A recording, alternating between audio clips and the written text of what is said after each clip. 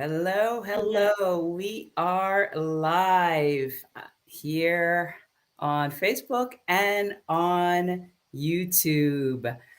And sorry for the delay. We were having some technical difficulties, but we figured it out. I am live with Isabel Guerriera, trying to practice my Spanish. She will pronounce it correctly in a minute. Hi, Dion. So good to see you. And today, this is going to be so much fun. I met Isabel a couple weeks ago, and she was telling me about astrocartography. And I know that many people struggle to figure out where in the world they should move. And she said, well, this could be a tool that might be helpful for them. Maybe we should have a live stream. And so here we are today. It's going to be really interesting because she's going to read my birth chart and see if I am where I need to be. Yep. So before we do that, it sounds like everybody can hear. I see Southern Rose Tia D has joined, and she's excited for this conversation. If you can share where you're joining from, I'd appreciate it. That you can hear us, that I appreciate it. My name is Patricia Brooks, and I'm an American living in the south of France. And I help people who are ready to start the next chapters living in a foreign country. And on this channel, I talk about a lot of things. And today, as I said, we're going to dig into astrocartography and how that can help you figure out the place that you are supposed to live, or that might be more helpful for you to live and experience the kind of life you want to live. And so I want to hand it over to Isabel, and she's going to pronounce her last name correctly. I am sorry, I butchered that. And she's going to tell us a little bit about herself. Okay, great. Thank you so much, Patricia. So yeah, my it's Guerriera. It's actually an Italian last name.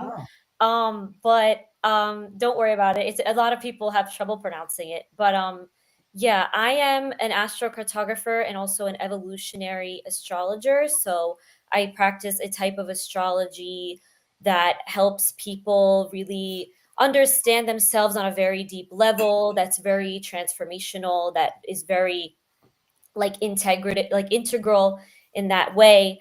And I do specialize also in astrocartography, which, if you're not familiar, if everyone's not familiar with that, with what that is, it's a branch of astrology that merges maps with astrology. And so it was invented by this man from the US named Jim Lewis in the 1970s. And what it basically does is map your or anyone's birth chart against a map of the world, and then you can see that there are different planetary lines that overlay on different parts of the world, and the idea is that those planetary lines bring different kind of energies or different types of experiences that could possibly manifest in a person's life in different ways. um, Astrocartography also deals with the concept of the relocated charts, which I'll also be yeah, talking yeah. about. And we'll delve into that. We'll delve It's into that. Yes, it's basically a birth chart that is, you input the data in the city or country where you have relocated to, and then the idea is that your planetary placements and your ascendant like all shifts over. And so it could also change the way that you feel. So we look at both the planetary lines and the relocated chart All when right. looking at astrocartography. Yeah, and so we're gonna delve into that, right? But I want to learn a little bit more about you, Isabel, right? Before we dig into the nuts and bolts of astrocartography, you said you're an evolutionary astrologer and astrocartographer. Um, Tell me, how you got interested in this this world. Yeah, so it was actually quite a while ago when I was about maybe 18 years old, so like 13 years ago. Mhm. I A friend of mine showed me this horoscope app, and I really took it with a grain of salt when she first showed it to me, but I was like, wow, I kind of am into this, and I was like, I wanted to go deeper into astrology. I became honestly kind of a little bit obsessed. I started reading a lot of books about astrology. I started subscribing to different channels on YouTube. I started like doing a lot of research on the internet, joining forums on Reddit and like different websites and stuff like that, just to like really go in depth into astrology. And so it was all because a friend put me on this app, this astrology, this horoscope app, and I felt like it was a bit too vague and I wanted to dive deeper. So that's kind of the culprit of it all. Yeah, yeah. And so you've been studying this for 13 years? Yeah, yeah, pretty much. Through also like on my own time, but also I've taken courses, I've gotten like certifications and stuff like that. So, yeah, it's been a long journey of Yeah, studying wonderful. astrology. And so you are now you've decided to offer a coaching service to help people with this and understanding, where they might do better in terms of, location and what they want out of life, whether it's love or career or something else. Um, but you moved from New York Hmm. to Madrid. Now, did you use astrocartography when you decided to make your move? Yeah, well, the thing is, it's a really interesting story because I always like I study. So this is a bit unrelated, but it is all connected. Like I studied abroad in Morocco about almost 10 years ago, and I felt like very, very connected to Morocco. And then that during that study abroad, I went over to Spain by boat. You could take a boat to Spain in the north of Morocco, to the south of Spain, and I really liked Spain as well, and I returned after going back to the US. I did return to Spain a couple times, as well as Morocco. I went to Portugal, and I just felt very drawn specifically to those three countries, like to that part of the world. And I already knew a lot about astrology, and I started looking into like kind of like maybe perhaps like the intersection of astrology and travel or astrology and relocating, because I really wanted to understand why I felt so drawn to that area of the world, like the Iberian Peninsula and like northwestern Africa, I guess you could say. And so I did a little research and I came across astrocartography. And so that's kind of how I figured out what it was. But when I eventually looked at my own astrocartography chart, my planetary lines and stuff, I saw that my one of my moon lines, my moon descendant line, crosses through those three countries. Mhm. And I will talk about later how just because a line may seem favorable for most people doesn't mean it will be for everyone. But the moon in general in astrology, it's related to like emotional connection, emotional needs, intuition, and just that like the moon rules Cancer in the zodiac, and Cancer is a sign that's all about feeling at home. And so it kind of made sense to me why I felt so at home Mhm. in that part of the world, because my moon descendant line was running directly through those three countries. And Mhm. so then I started looking into other places that I had traveled to and the lines there, and trying to understand the experiences that I had had and how I had felt in those parts of the world. And it was kind of like a puzzle. I started like putting together the pieces. And so I don't know if that makes sense. But Yeah, yeah. And then but you narrowed down to Spain. Was it? yeah, yeah. Because I I have European dual citizenship with Italy, so I was like I wanted to move somewhere in Europe.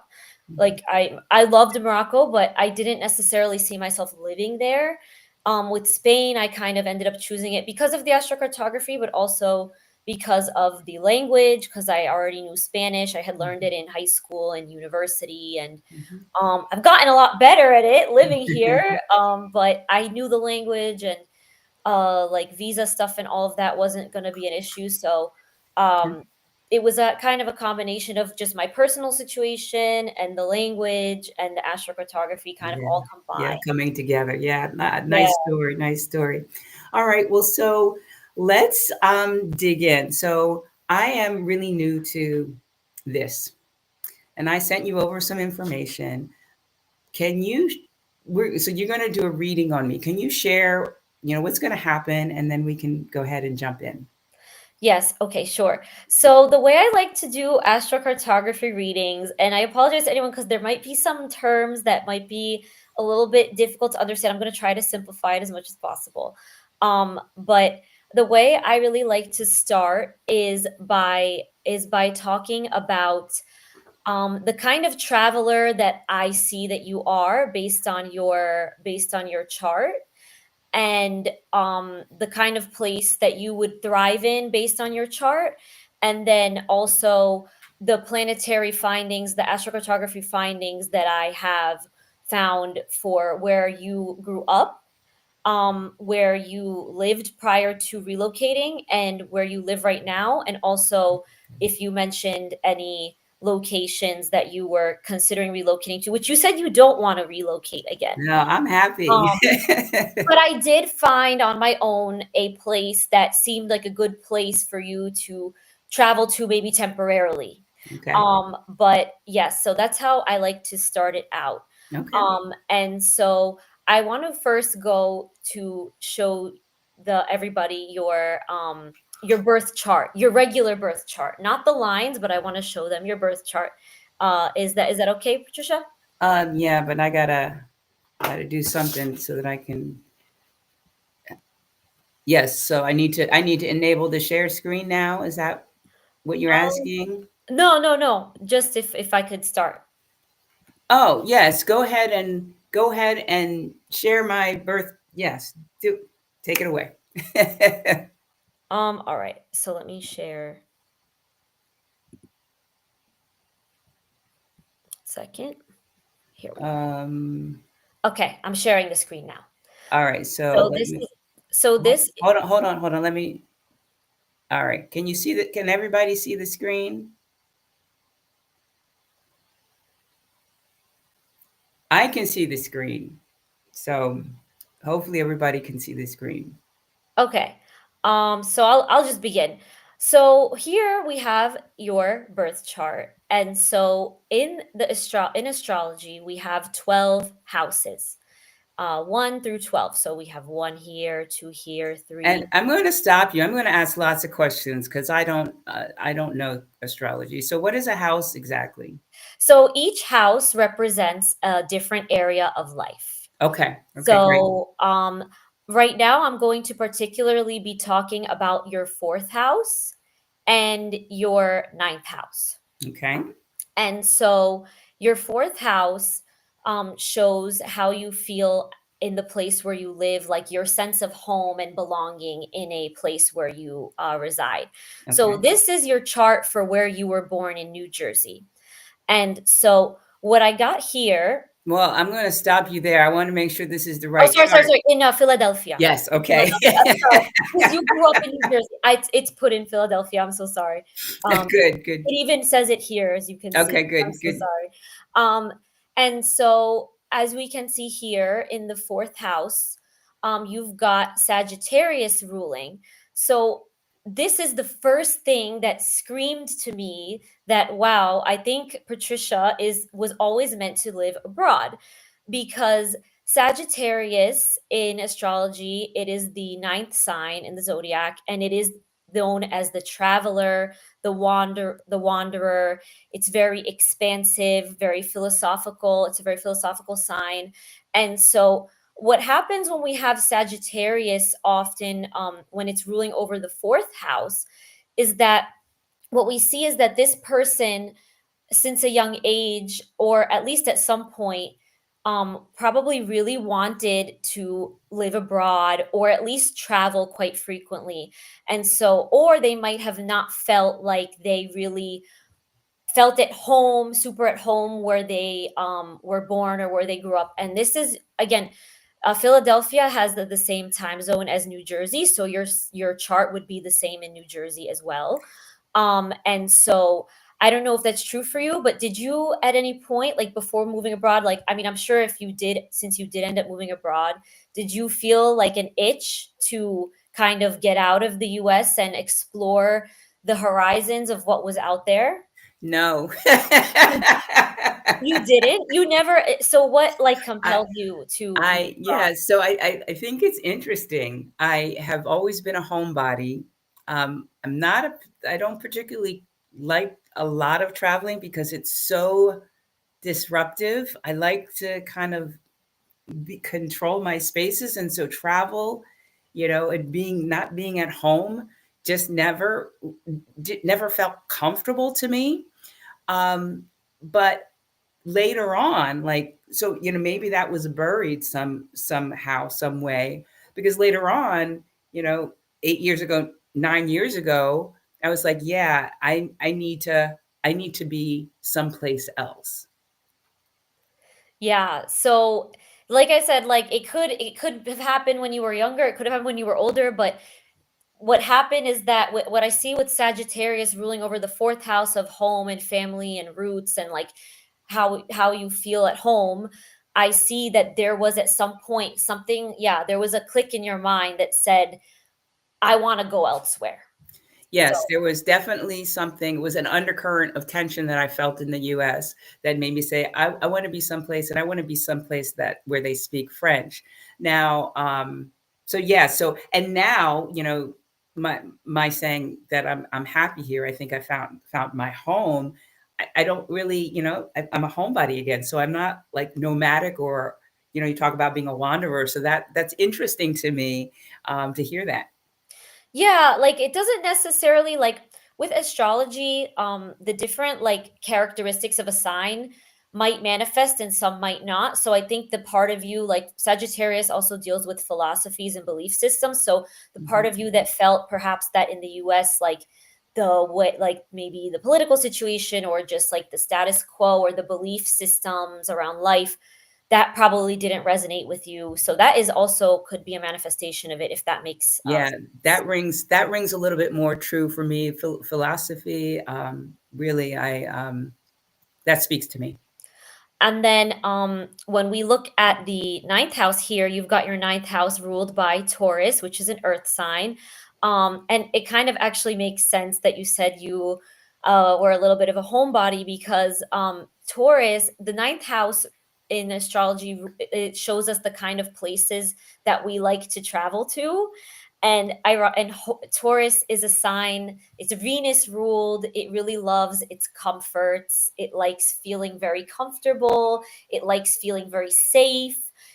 Maybe not the most adventurous. So when it comes to choosing a place to live, which is what I wrote in my notes here, when it comes to looking for a place to live, you do value your comfort and safety and feeling like safe in the world, and the earthy pleasures like food, nature. You might like places that are very green, that aren't too dry. You might enjoy trying different local cuisines, and you might also have a lavish side to you as well when you Mhm. travel. I don't know if that's true, but that's what I wrote down. Yeah, I think you hit the nail on the head there. Feeling safe, having comforts. Um, the lavish side, I don't necessarily know, but I do. I joke and about my being in France because there's some things that, are there. The conveniences in the U.S. There are some of those don't exist in France. Like, for example, I don't have a garbage disposal, right? I don't have central heating and air, and those things are comforts Yeah. I I don't have I now. understand. No drying machines and Right, exactly. That, 3 years in to my life here, I'm like, oh, if I'm going to stay here long term, I need to come to some acceptance with this, because this is not really as convenient as things were back in the States. So that really speaks to me, that comfort piece. yeah. And so the next thing I wanted to talk about is your moon sign. And I like to talk about the moon because, like I mentioned before, your moon sign in astrology, it shows your innermost needs and also your intuition. And so you've got your moon in Pisces, which is interesting because you're a Capricorn sun, and Capricorn is very stereotypically it's very logical and practical and like very grounded, but Pisces is actually much more spiritual. So you might have sought out travel, maybe whether consciously or unconsciously, as a spiritual kind of part of a spiritual path, a spiritual journey, if that makes sense. I don't know if that resonates with you at all. And you've also got North Node in the ninth house. And now the lunar nodes are really important because the South Node represents the energy that you kind of came into this life with, um, what you are naturally apt for. And so but the North Node shows what you're kind of called to do in life and your like life path and how to follow it. And so with your North Node being in the ninth house of travel and expansion and philosophy and higher learning, it doesn't surprise me that you moved abroad, and it doesn't surprise me that you specialize in helping people relocate and with mindset and all of that. Does that how do you feel about that? Well, I think you've said a lot. Yeah. um, I want to talk about a little bit about what you said about my moon being in Pisces, and that relates to a spiritual journey. Is that what you said? Yeah, like there's like Capricorn is your sun sign is much more practical and logical, but your moon sign is much more spiritual. So I Yeah. think there was like a part of you that maybe like needed travel as a form of like I want to say like spiritually recharging, like as a spiritual kind of experience. I don't know Yes. how you feel Yes. about that. Yes. Yes, I am. For most of my life, I've been, the practical person who does things that make sense, that are logical. And my moving to France without having a job and living off of savings was very impractical. And it Yeah. was really an intuitive move for me. It was, something that didn't make sense in this third book that I've written. It really kind of explores how could I do such a foolhardy thing, right? Because it's not logical. And I explore that. And so that really, that idea that, oh, Pisces, moon in Pisces being more spiritual, and that travel could have been something, or moving abroad could have, scratched that spiritual journey itch, um, really makes sense to me. Yeah. Um, so, and you also mentioned something about the North Node, Yes. It, and yeah. that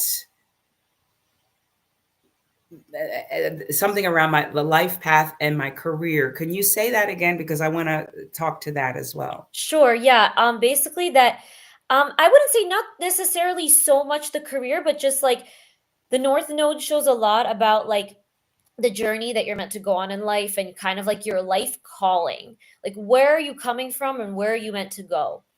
And the ninth house, the North Node being in the ninth house of travel, expansion, philosophy, and higher learning, really shows me that you were called in this life to live abroad and to even work in with something relating to moving abroad. Yeah, yeah. Expansion, higher learning, um, philosophy, definitely. Because I think, I when I work with people, I ask them, well, what's your why? What is driving you to want to live in the country you want to live in? And for me, initially, the two things were, I wanted to write my second book, and I wanted to, well, three things. Wanted to write my second book. I wanted to become fluent in French, which there is this degree of learning, right? Yeah. And I wanted to, um, I wanted personal development and growth, and that is something that, lights me up about living abroad. It's very challenging, right? It stretches you, and I think that that life path of always challenging myself and growing, um, really speaks to me. And I think it seems to be through travel, although not necessarily something that I was consciously aware of or allowed myself to do before I got to a place where I was able to really trust my intuition. Yeah, I think that because the Capricorn, like I said, the Capricorn sun, it's much more logical and practical. So there could have been, you might have experienced maybe a little bit of a push and pull at first. I don't know, but that could have been why. And Saturn, Capricorn is ruled by Saturn, and Saturn is a planet that really is associated with having us wait and take our time and think and process things before taking the leap. But it's really awesome that you eventually did take that leap. Yeah, and I think the push and pull didn't end, right? So I think the push and pull came even after I made the move because my intuition that underlying that undercurrent tension that I was feeling in the States growing and growing was something that just made me say, like, just do this thing. You just need to do this thing.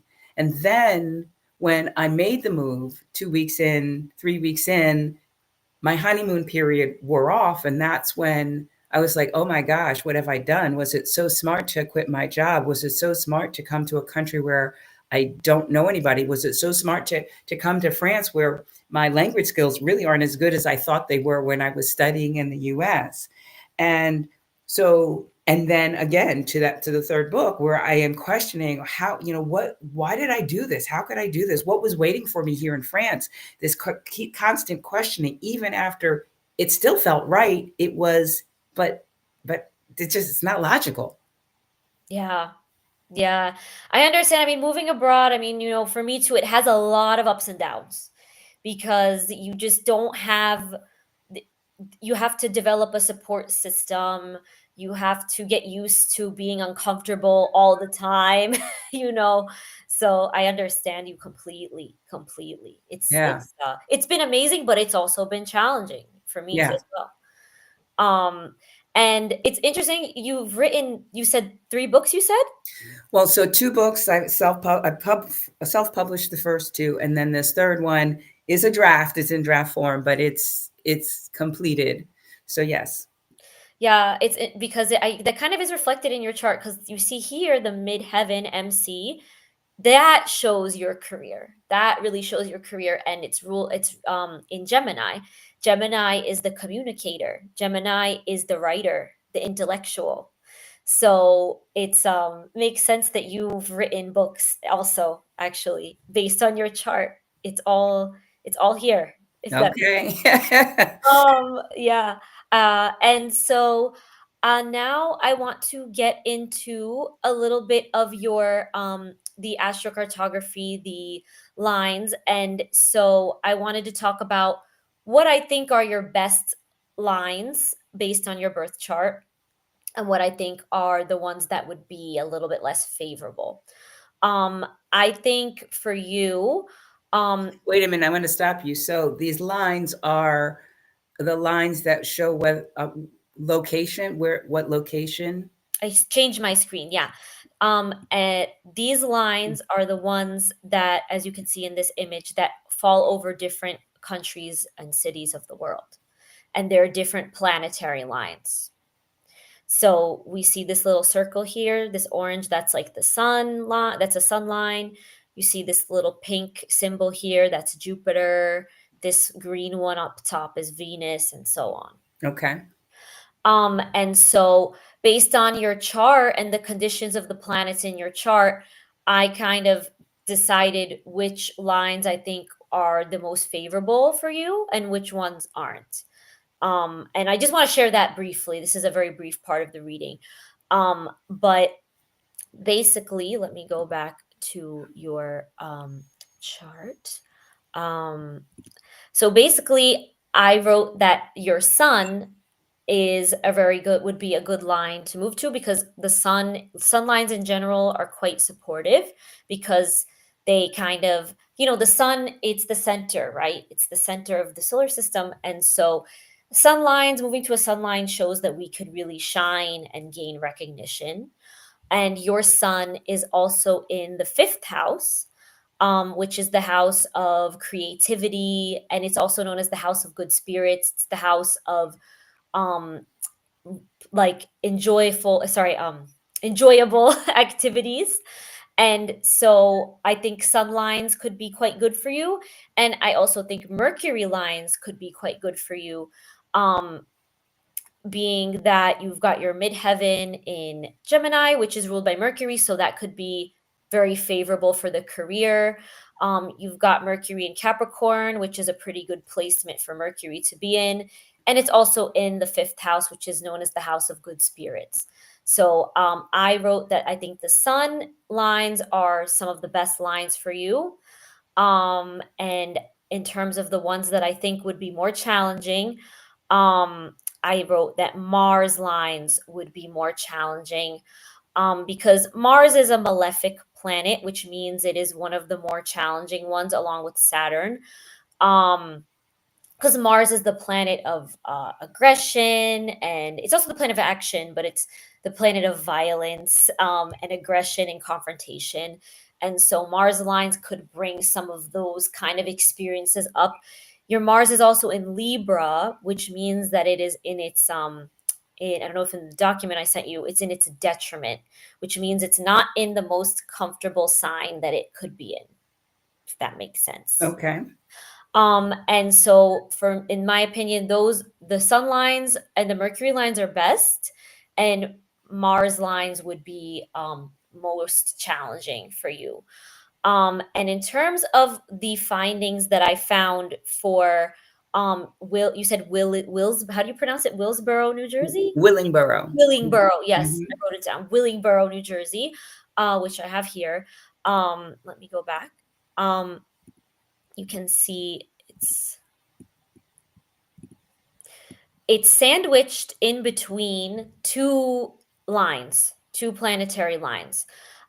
It's sandwiched in between your it's sandwiched in between your moon descendant line, which is interesting because that's the line that I live on in Madrid, and your Chiron ascendant line.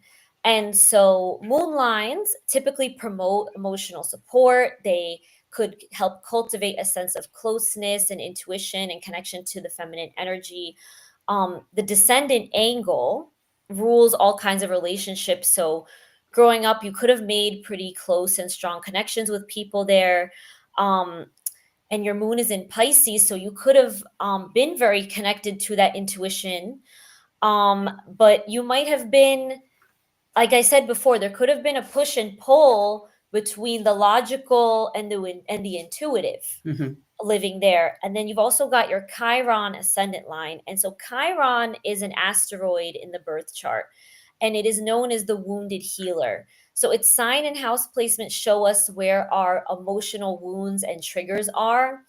And so I don't know if I loved this area for you because you've got that like emotional and intuitive side with the moon, which is nice, but with the Chiron line, you could have also felt some emotional triggers living there.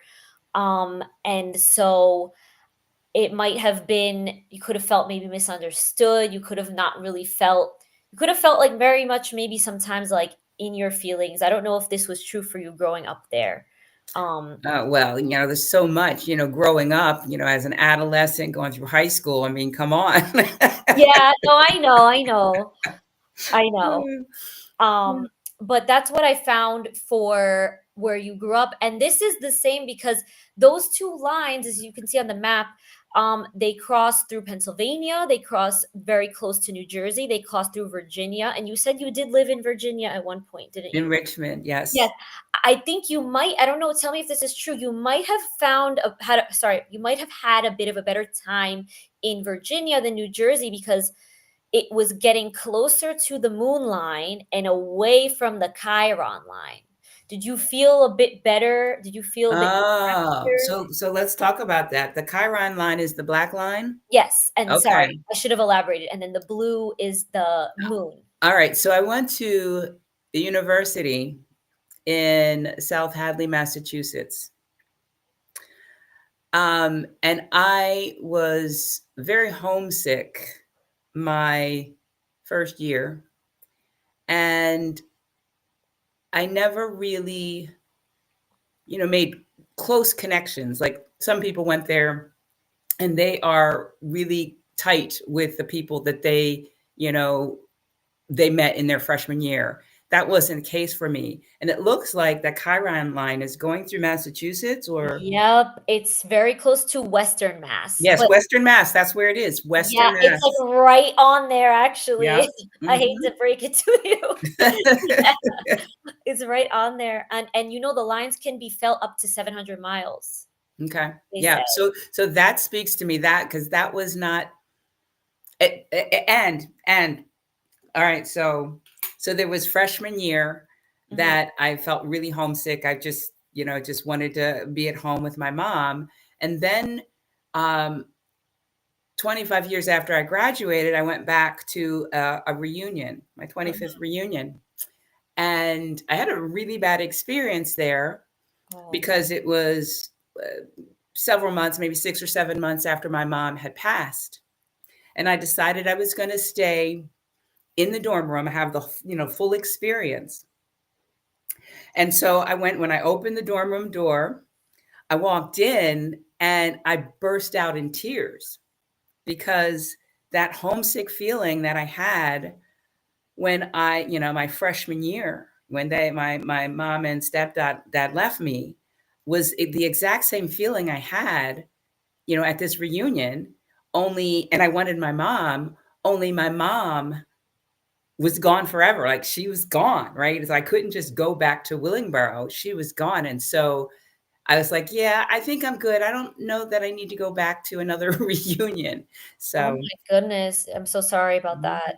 Thank you. But that to me says, wow, yeah, that feels, yeah. Like I said, yeah, triggers, bringing up past triggers, because it's the wounded healer, so it's triggering us towards healing, but going through those uncomfortable experiences and those painful experiences are it that tends to be very present for a lot of people on Chiron lines, especially being directly on one as it looked like you were, and yeah, there could be feelings of also being misunderstood and feeling rejected and just feeling a bit out of place with the Chiron lines.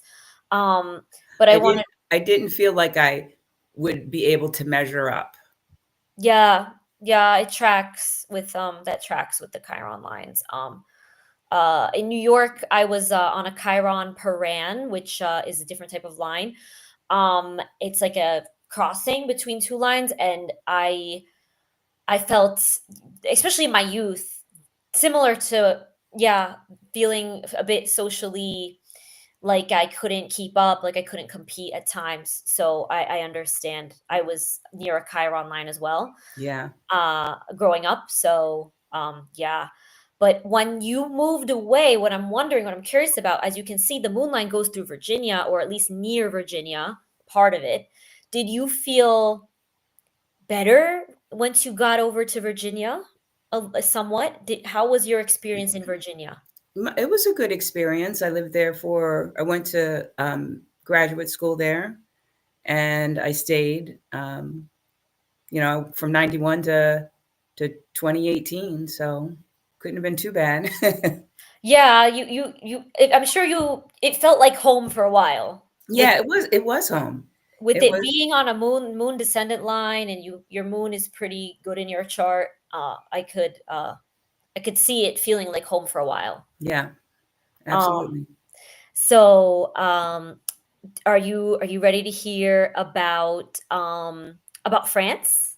Yeah, About yes, I am. Sere- how do you Drum pronounce roll, please. Sere? Sere? Seret. Sorry, Yeah, sorry. Sere. Mhm. Yeah. All right. So let's zoom out and go back and go over. Let's take a journey to Europe, where we both live. You actually don't live too far from me. I saw that Sere is right on the border of Spain, Yep. near Abs- Figueres. Figurettes. Yes, Yeah, yeah. yeah.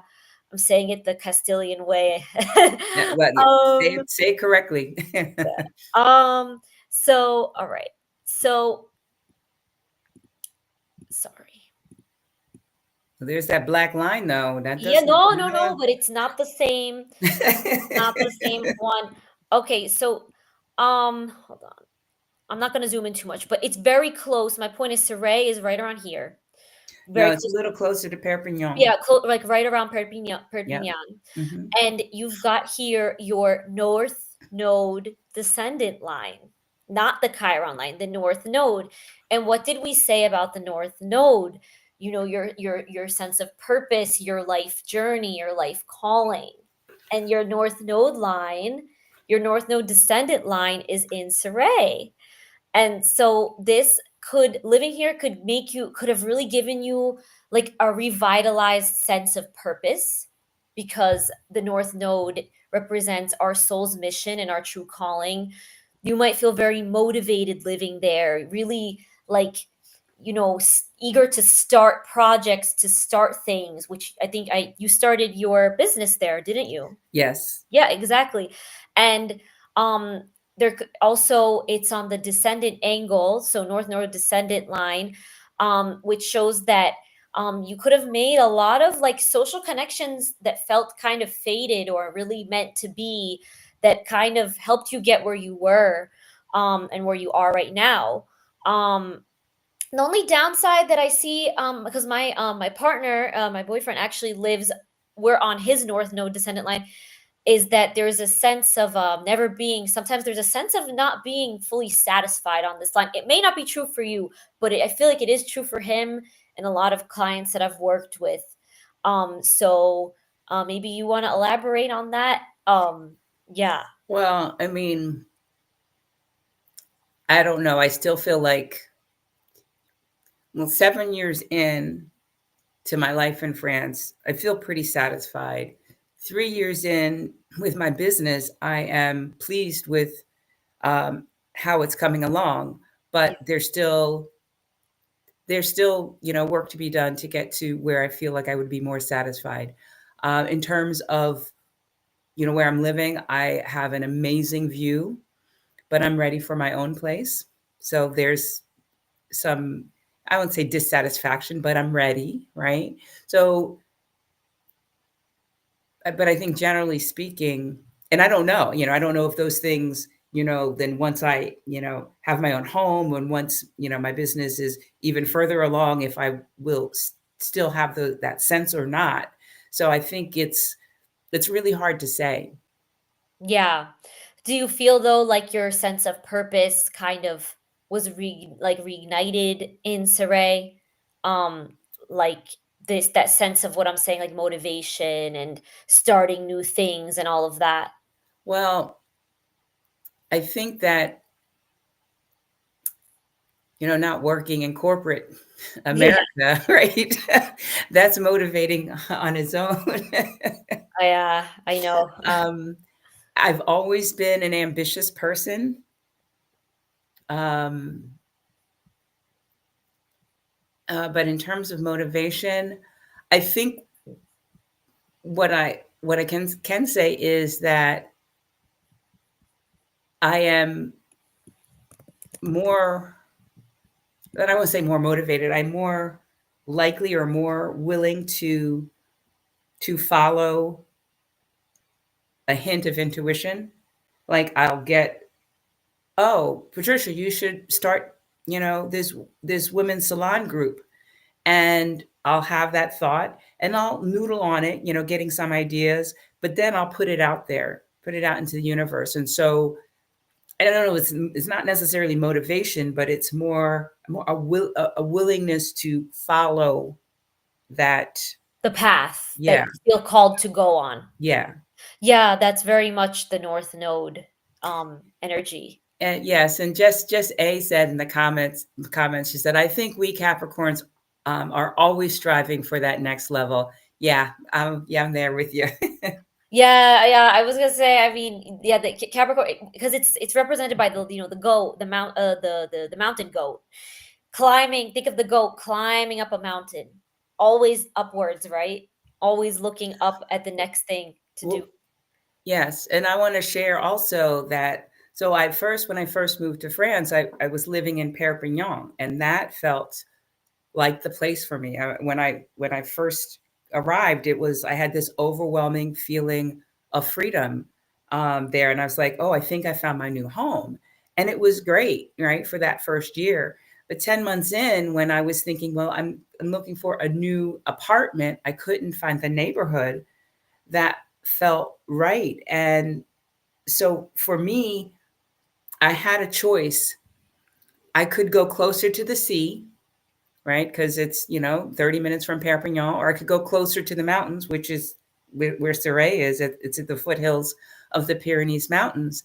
And I chose mountains because they feel more grounding to me. And as a goat, right, I thought, yeah, that makes And you've sense. got Taurus ruling the ninth, which is an air sign. Sorry, what am I saying? An earth sign. You've got Taurus ruling the ninth, which is an earth sign. So that connection to mountains, land, Yeah. earth, that Yeah, like the sea green. is beautiful, but it's too transient. Things wash away. That to me doesn't feel safe. But the mountains, they feel really grounding to me.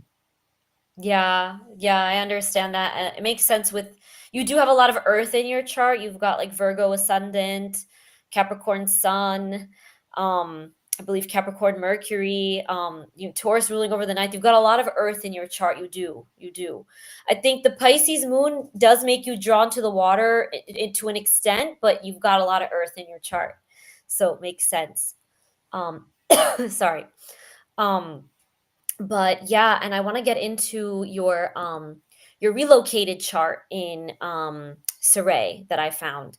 Okay, Um, so the relocated chart, to explain what that is a little bit. so basically, it's your birth chart, but instead of saying that your birth city was in Philadelphia, we put it in as Saray. So it's as if you were born in Saray. Okay. And um it could actually shift a lot of things, like the different planets shift to different houses. The ascendant often shifts. I really believe in the relocated chart because I just want to share a really quick personal testimonial. um when I lived in New York, I had like my birth chart, my regular birth chart is has an 11th house stellium, meaning that I had a lot of planets in this house, in the 11th house of community and friends and networking and all of that. When I moving into Madrid, all of those planets mostly shifted to the 8th and the 7th house. So what did that mean? The 7th house rules one-on-one relationships.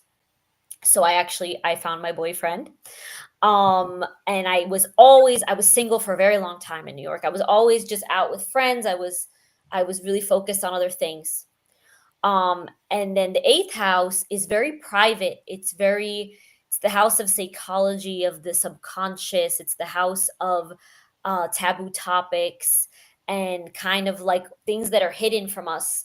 And I became, living in Madrid, much more introverted and more introspective than I've ever been in my life. Wow. So what I'm trying to get at is that the relocated chart could have a massive influence. Um, Wow. and Okay. so I want to get into what I found for your relocated chart. So first of all, your ascendant sign, which is the way you project yourself, your first instinct, the first impression that people get from you. Your ascendant shifted from Virgo to Scorpio. And Virgo is another earth sign. It's also quite practical. It's very meticulous. It's very detail oriented. It's quite serious. And it shifted to Scorpio, which is also a very serious sign. I'm a Scorpio, by the way. But Scorpio is a bit less subdued than Virgo. It's more bold, it's more daring, more courageous, and I would say very intuitive and very magnetic. And so Virgo is more focused, tends to be more focused on the mundane and the practical, whereas Scorpio is all about death, rebirth, intensity, and transformation. So I don't know if you felt that shift of what I'm saying in terms Well, of your ascendant sign. well, I definitely I feel more daring, right? Yeah. I have a business called the Courage Catalyst. I'm doing things that I look back at my former self and think, who is this person who's doing these things? So I, but I did, I started the start of the process in the US, right? So is it because I'm in France now that I'm more daring, or is it just because, well, I did one daring thing and then Mm, there's another day? Oh, well, if I did that, then, well, maybe I could do this. yeah, I think, I mean, really, we really, it's hard to know, but in general, like if that daring feeling has stuck with you where you are, it could be related to the ascendant shift. Like if you felt just in general like more daring, like kind of less afraid to do, the unthinkable, do like things that you would have been that you would have shied away from doing before, could be. Um, yeah, well, I definitely will say I'm more daring. And and I think it's with time. So like there's experience too, right? Oh, I did this and I survived. Oh, everything was okay, right? Which makes me have a sense that things will work out, which then will give me permission, or I give myself permission to do something that's a little bit more daring. But I think there's also this element when you talked about before, where you were talking about expansion and that life path. I think it was the node thing. North node in the Yeah, ninth house. right. And so I think there's an element of that expansion. In order to expand, I've got to take chances. I've got to do things that I haven't done before. Yeah, I think it's all connected, right? Yeah. And you mentioned when you went to Perpignan, Hmm. um, that you had this very strong sense of freedom.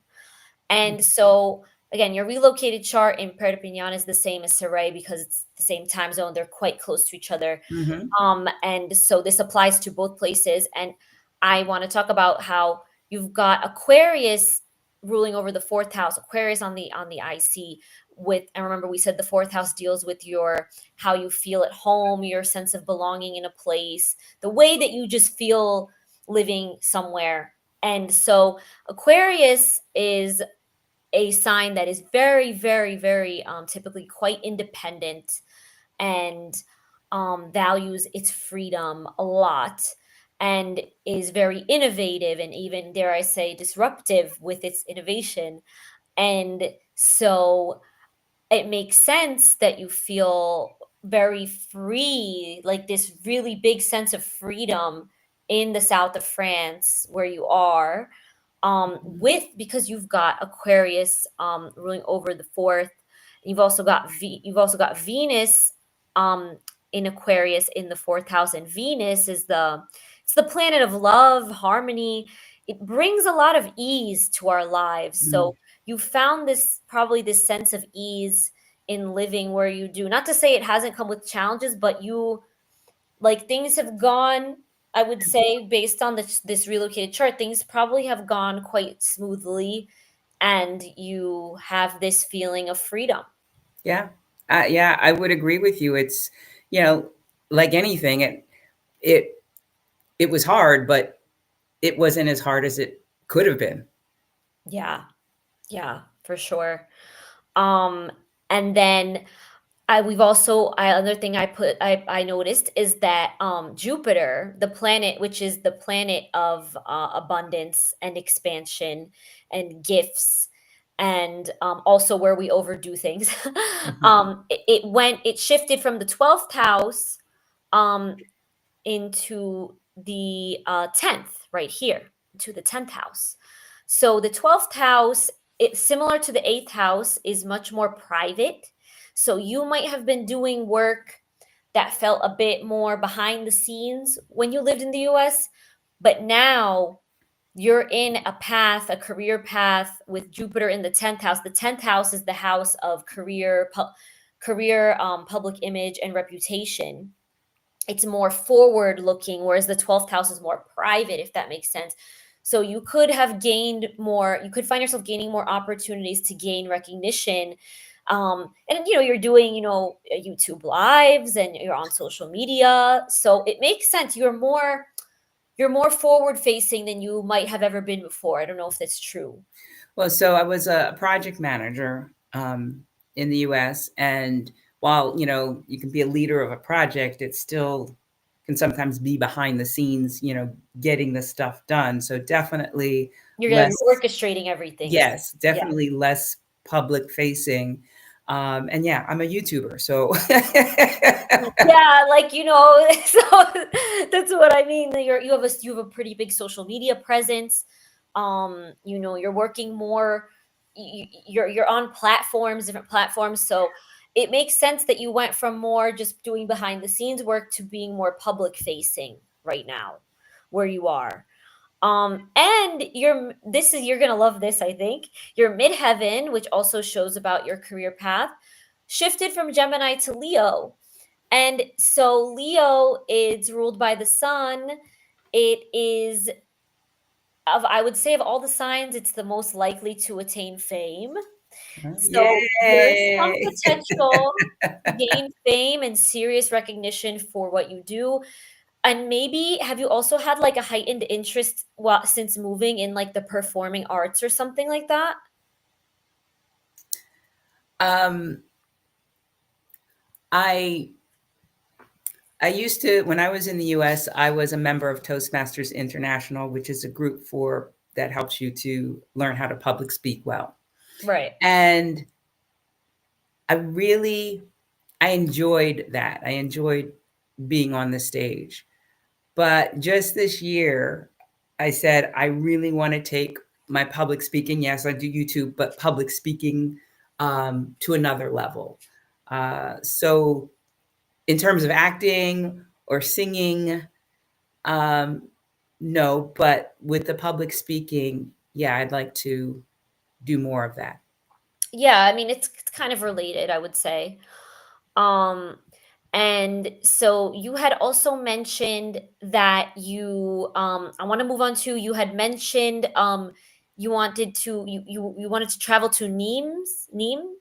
Nîmes. So yes, a Nîmes is a town in Yeah. southern France that I missed my connecting train and had a couple of hours to kill, and I was like, oh, this place feels pretty good too.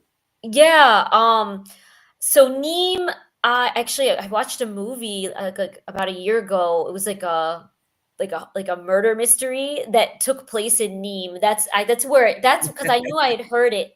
I knew I had heard the name of the town in this movie, and it just rang a bell. And so Nîmes is an interesting one. You're not going to be able to see it on the map, but I'll tell you about it. It's close to a Paran. And a Paran is a specific point of intersection between two or more planetary lines. So it's close to a Chiron Uranus Paran. So if you were to move there, the energy could change quite a bit. The Chiron Uranus Paran could bring up themes of because Uranus is one of the rulers of Aquarius, along with Saturn.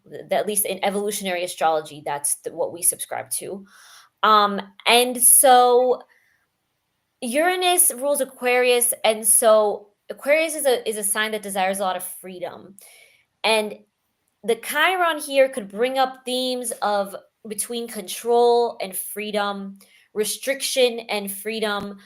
And it could be good in a way because it could push you even more out of your comfort zone, and forcing you to embrace independence and really be, unapologetically yourself. But it could also be a bit triggering. It could kind of awaken certain triggers. I don't know if that makes sense. Yeah, it does. It does.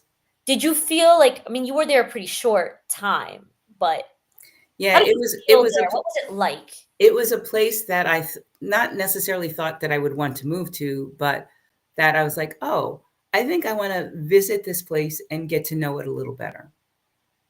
Yeah, I mean, like and it's interesting because Uranus also rules disruptions and like unexpected events. So missing the train, like Uh, it kind of makes sense. Like you didn't expect that to happen. So, I mean, maybe you did, but probably not. I did not. So yeah, it rules disruption and unexpected events, and so yeah. Because the thing of it was there were 2 train stations, and I got Oh, I off see. at the one, and they're named very similar, and I got off at the first one, and it was the second one that was named similarly, so yeah. Yeah, wow. Yeah, I remember when I went to a Biarritz in Uh-huh, France. It's uh-huh. more, I think it's more north than there. I was with my family, and there, like the bus station was so far from the actual city, and we were so confused. Like I'm like, I don't know, maybe France, maybe they just do things like that. I don't know. Um, and then okay, the last thing I wanted to talk about. So I told you that I had found a cool place for you that could be really worth visiting. I know you don't want to move, but just worth visiting. I just want to know, can you guess where that is? It's not in Europe. It's not in Europe. Can you guess where Um, that is? I want to know if you felt maybe if you've ever felt called to this place, within I want to know if you could guess, but it's probably going to be hard. I'm going to give you two guesses. um, it's not in Europe. Nope, it's not in Europe. Not at all. Um, well, Canada. No. One Okay. more. Not Canada. It's another big country. It's quite large. I have no idea. A place I found for you that I liked is Brisbane, Australia. Really? Yes. I know you're probably like, what in the world is this? Like, have you been to Australia? I've never been there. I have not. It's too far. Yeah. But we're gonna zoom out. Sorry, my computer's a little bit. Okay. So just as you do that, I just want to say B has a fun fact here. Denim, the fabric comes from the name Nîmes, as in the city in France. Denim means from de Nîmes, from the Wow, city of that's so France. Yeah. cool. I did not know that. I had no idea. Oh, nice. Love it. Thank you. Thank you. Um, so in Brisbane, we've got your, let's see here, hold on. Your Sun midheaven line and your Mercury midheaven line crossing. It's also somewhat close to a Mars line, which I don't love, which is why I think it might be better to just visit and not live there. But what I like about Brisbane is that it's close. First of all, it's close to your Sun midheaven and Mercury midheaven lines, and like we said, the midheaven in astrology rules your career and your public image. So this could be a good place for gaining recognition, networking, making potential social connections. Very good for career and business and networking. Very, very good potentially. Also, your ascendant would shift to Aries, and Aries is my ascendant actually shifted to Aries in Madrid, and I feel like I became a lot more, not confrontational, but like not afraid to assert myself. Like I've never been this assertive in my life. I kind of like it though, because my moon is in Libra, so I'm very passive by nature, and I feel like this just kind of snapped me out of it. Uh-huh. But more assertive, very good for leadership because Capricorn, Capricorn and Aries are both cardinal signs, which means that they start a season. And so that also indicates that they could be very good leaders because they start things and Yeah. just very good with leadership. You could be more, you would be maybe like being there more bold and direct and confrontational, but very motivated and getting things started. Sun and Mercury would shift to the 10th house. So again, the 10th house, the house of career and reputation, getting noticed for your ideas, all of that, getting noticed for your business. And then also your fourth house ruled by would be the IC in the fourth house shifts to Cancer. So there would be in Cancer, like I said, it's ruled by the moon. It's it's another sign that could be a little bit of a homebody, likes to feel at home, likes to feel comfortable, a little bit similarly to Taurus, very nurturing. So there could be a strong sense of belonging there. Um, we've got the midheaven in Capricorn. So in your work, you would be, very disciplined, very structured, potential for leadership. Um, Aquarius ruling over the 11th house. The 11th house is the house of community and networking, and mostly our chosen community, if that makes sense. Uh-huh. So, meeting unique, unconventional people, lots of community involvement and initiatives.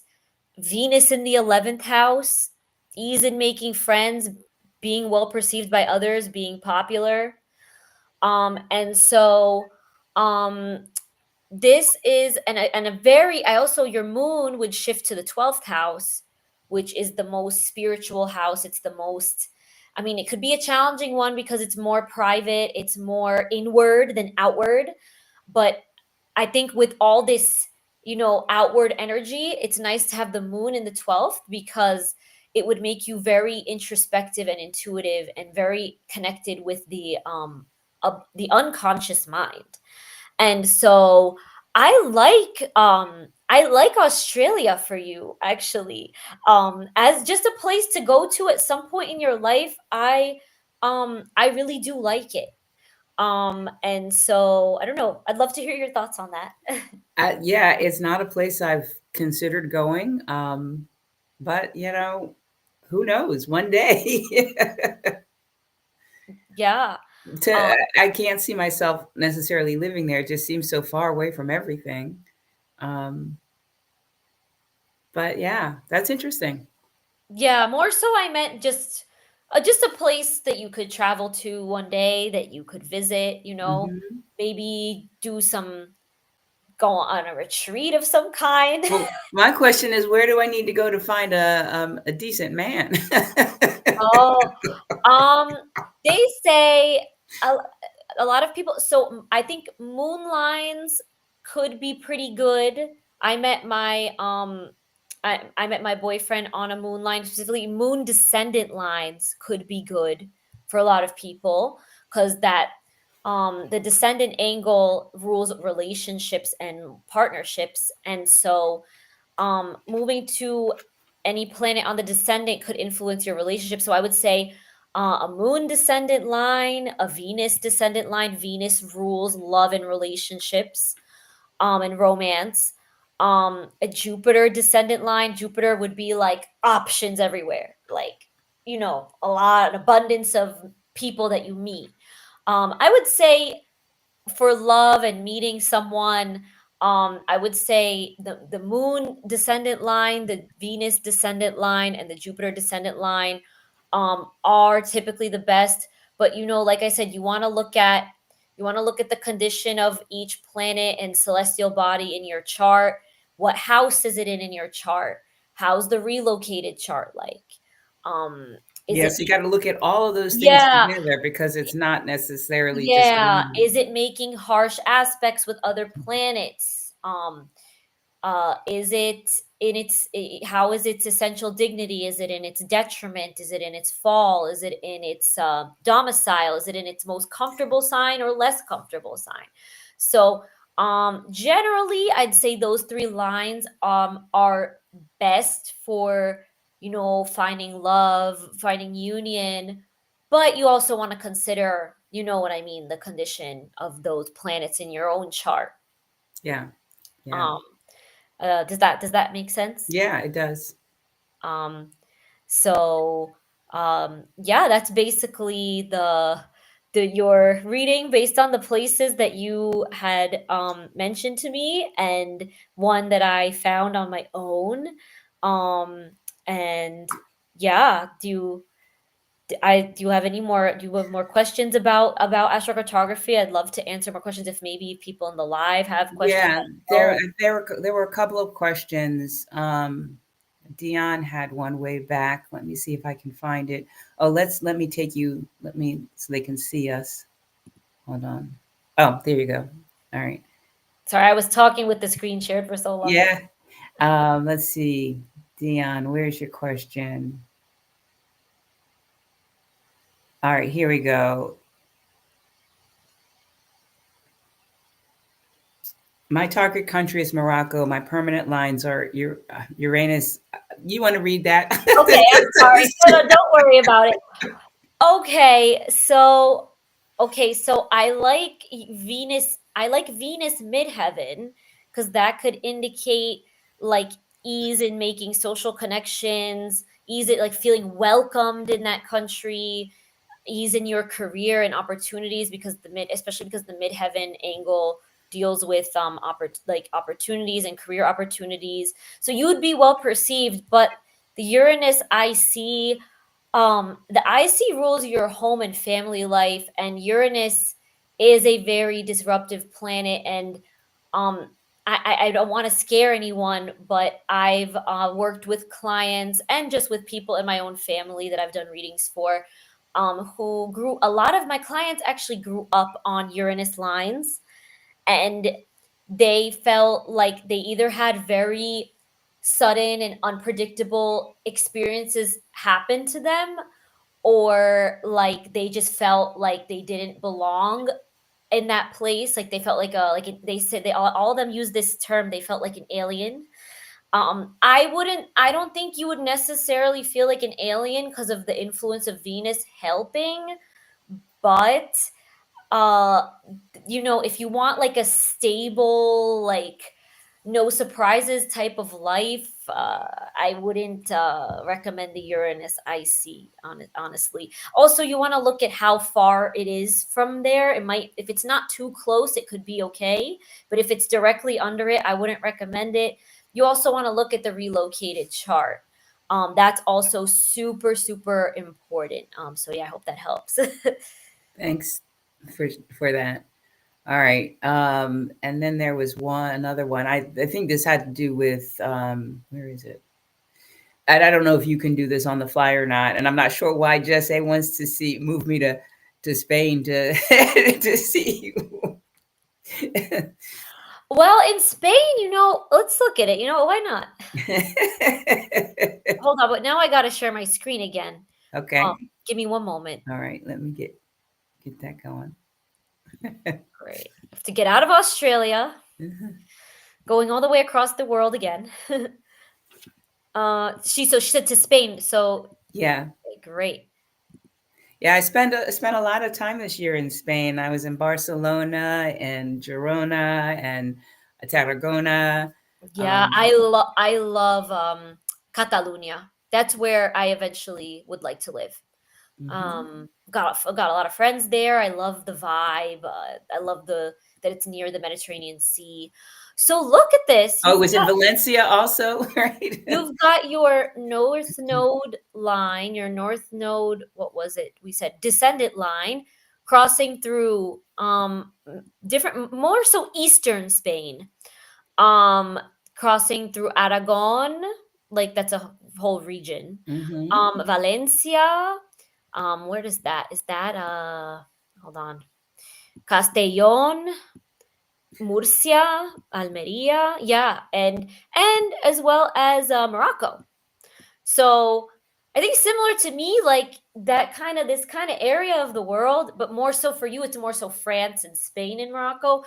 It could be quite favorable for you, I think. Well, so what is this line again, and what would that mean? It's the one that you're on in France as well. Okay. That sense of purpose, that sense of your calling, of following your calling, of Yep. following your intuition, following what you're meant to be doing. I love it for you. I really love it. And it crosses, like I said, crosses through France, eastern Spain, southern That's why I've been Spain. spending time there. Yeah. And I mean, the one nice thing about Spain is that compared to France is it is quite a bit cheaper. I mean, it was. I don't know about now. Things have gotten so expensive everywhere, Well, but I'm not moving to Spain anytime soon. well, I know, but trying to giving your friend there a little bit of hope. But yeah, that's what I saw for Spain. Yeah. Thank you. Let's see if there were any other questions. There was a question about, well, do you give private readings? Can you share a little bit about that? Oh yeah, of course. Yes, I do give private readings. I give readings for obviously astrocartography. I've just done one live. I do birth standard, birth chart readings, solar return readings, synastry, birth chart readings for babies and children, birth chart readings for businesses. And so, yes, I would love to work with you anytime you'd like. I am on different social media platforms. I also have a website. What Um, is that? the website is yourstellartruthastrology.com. If you want to maybe type it in the Mm-hmm. chat, it's yourstellartruthastrology.com. And my Instagram handle is yourstellartruth. Okay, Your Stellar Truth, Yeah. astrology.com. Yes. Yes. And then the Instagram handle and TikTok is your stellar truth, just without Stellar, one L or two? two. Okay. Two, two, two. I'm just checking. Yeah. And No, then your I won a spelling bee in fourth grade, so I'm actually I'm good at spelling. I'm good at spelling. I'm not good at math, but I'm good at spelling. well, it looked a little funny to me, so I thought I'd double check. All Yeah. right, so got that.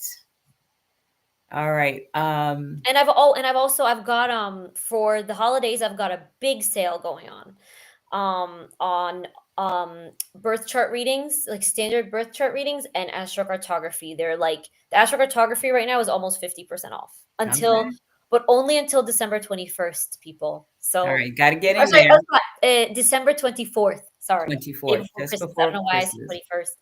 21st. I'm getting the days mixed up. I'm like even forgetting what day it is lately. I've been so busy. But Here's yeah. another one. Did you go over what kind of information is needed for one to get a reading, birth date, time, place? Yes.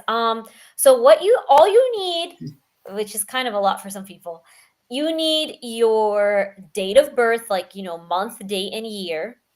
Um, you need your time of birth. The closer to accurate, the better. Like the more accurate, the better. So your like exact time of birth, if you have it, and you need your city of birth, like your city and country of birth. So that's what you need. That's Mm-hmm. all you need.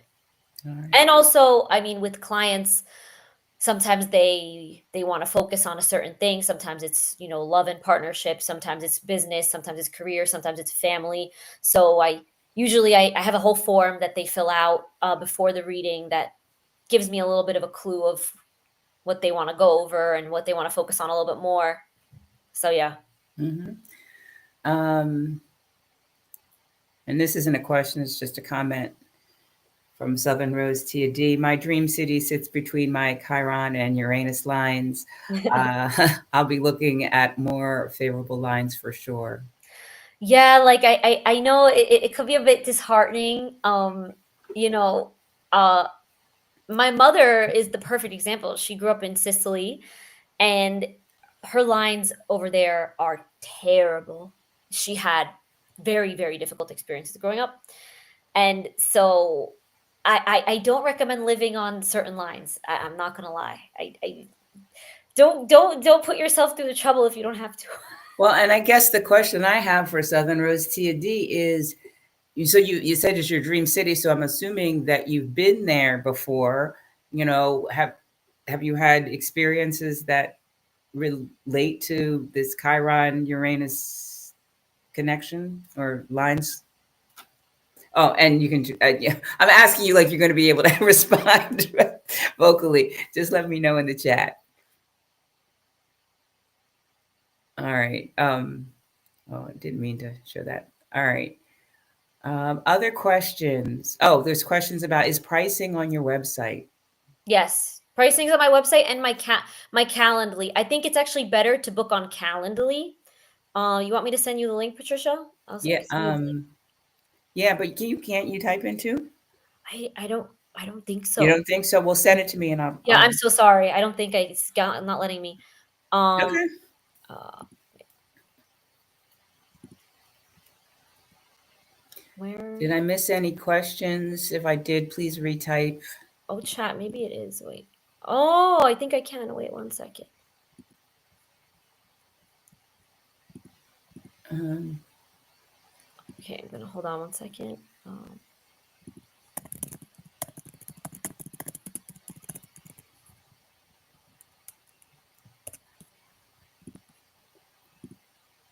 this has been a really interesting conversation. It really um, was enlightening and gave me um, a sense that there may be something to this. Yeah. I sent it to you. Did you get it? um, To the private. yes, so I got the what's the first one? The first one is what? The Calendly. Well, what's the? Oh yes. Oh, you sent me something before. Yeah, gotcha. Oh, sorry. Yeah, yeah. There were two, and I'm like, well, what's the first one? All right. Let's see. I think it is discounted. Yeah, it should be. Sometimes this Calendly. Let me see. Um,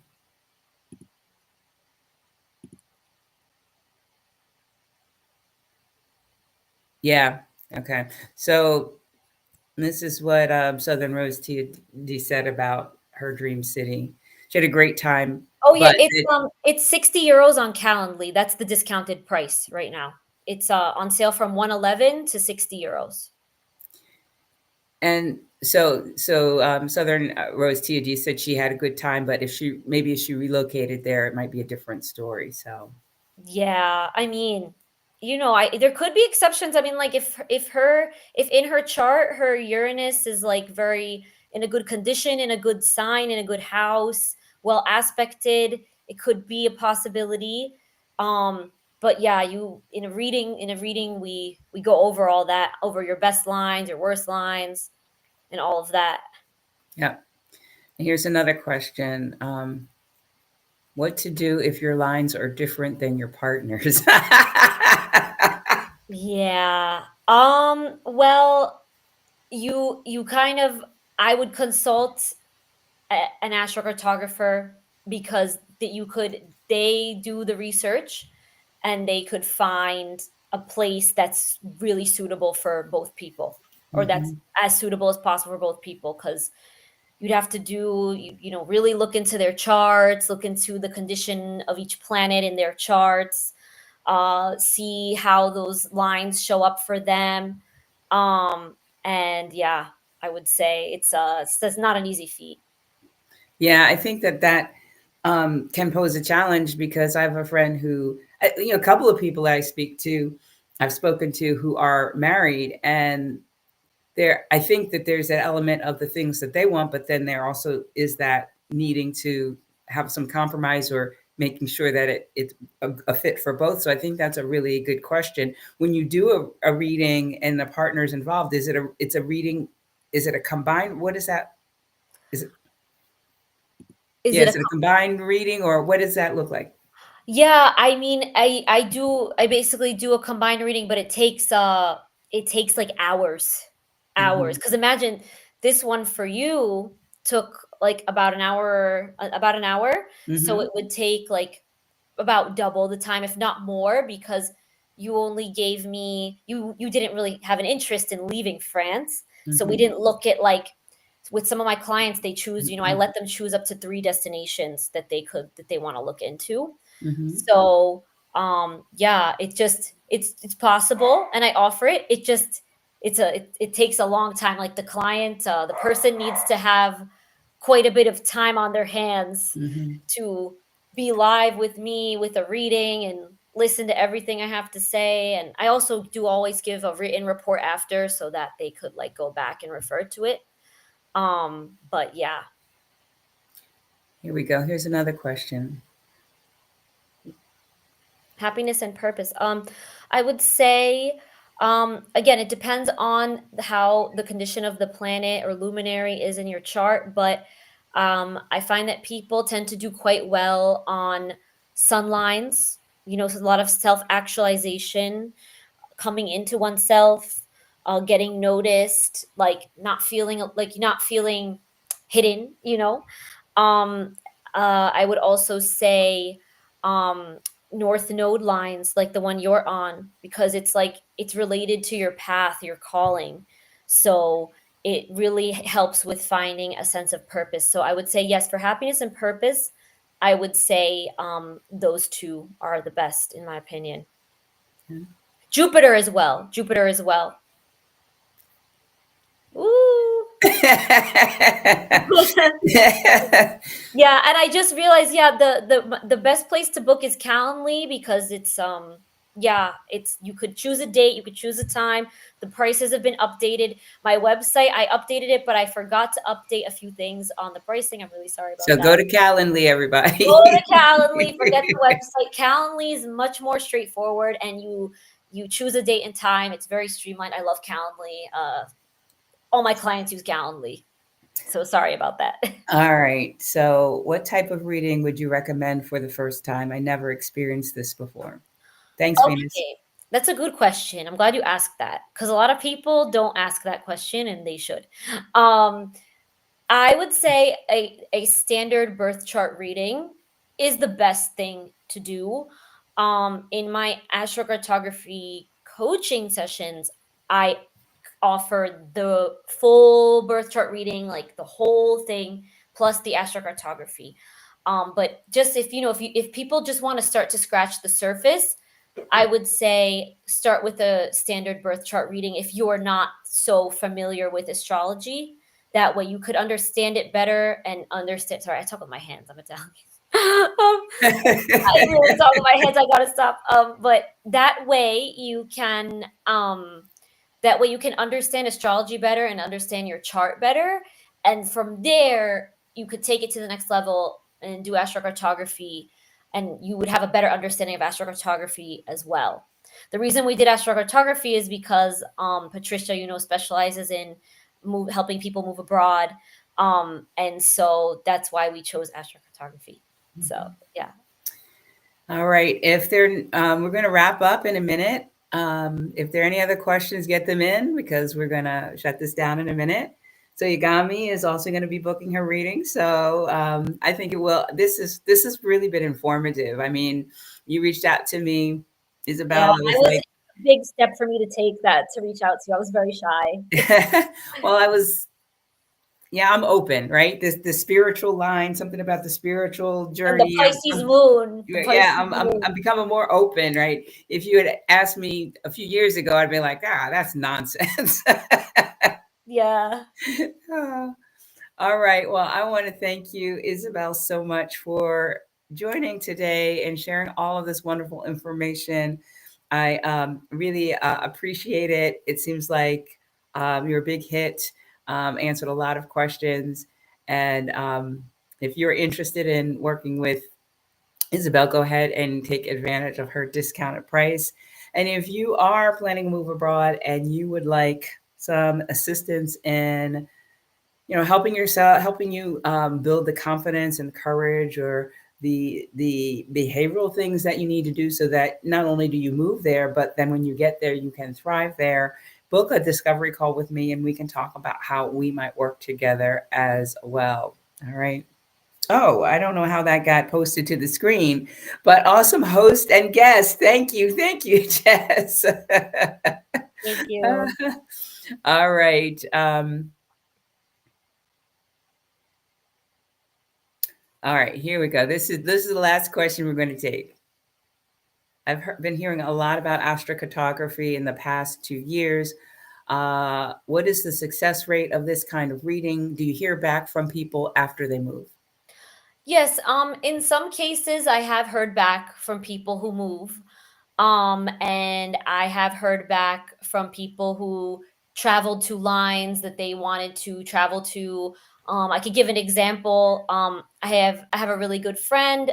He recently did an astrocartography reading with me, and he is in the music business, like the music industry, and he was wondering about where he could go for his career and stuff. And I told him that not necessarily for living, but for like a place that's not too far to travel to maybe once a year. I found that like Paris would be really good. And and there were a lot of indicators in his relocated chart especially, but also line wise, but more so in the relocated chart, that showed me that he could really find like some community there and network and stuff. And he's been featured on a lot of radio shows and stuff like that over there, and it's been going really well. The two times that he's gone. And so I have, yes, and I have another client who relocated to Miami, and compared to where she was before, she seems to be a lot happier. And I found that in her chart, like there were indicators of that. So I think there is a pretty high success rate. The thing is that moving abroad is a big thing, and a lot of people want to do it, but they don't actually do it.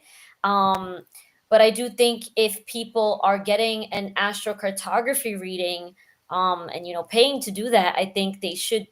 It's good to be to get a feel of what those places could be like. But I always say, visit those places before you move there if you can.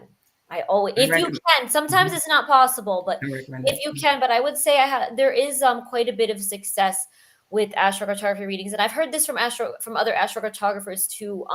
Even moving, maybe not to another country, but to another state. If you're in a big country like the USA, Australia, Canada, like a big country, I found that for people like that it has made a difference, even just moving on a different side of a line or to a different line within the same country. And so I have found that it is quite effective, and I have found that astrocartography with my own clients and people just who I know has really is a big reflection of their experiences living in a place. Mhm. Um, I've found it to be pretty infallible, honestly. Mhm. I might be biased, but I wouldn't be doing this. This is this is really like becoming my career. So, um, I wouldn't be doing this if I didn't have faith in it and believe in it. Yeah, I think you make a good point, Isabel, is that moving abroad is a big decision. So So not everyone does it. it's with the cultural differences and language barriers and all of that stuff. If you are looking for to move to some place that will help your career, or that will you're looking for love or whatever, and moving abroad isn't maybe the next thing that you want to do, or you feel like it might be too challenging for you, then perhaps it is looking, having a chart reading, but looking within a country that you're already familiar with. So just to say that this isn't going to necessarily get rid of the cultural differences and all of that struggle of moving abroad, but I think it's really helpful into getting a sense of what could work. Yeah, for sure, for Mhm. sure. I Mhm. agree. All right.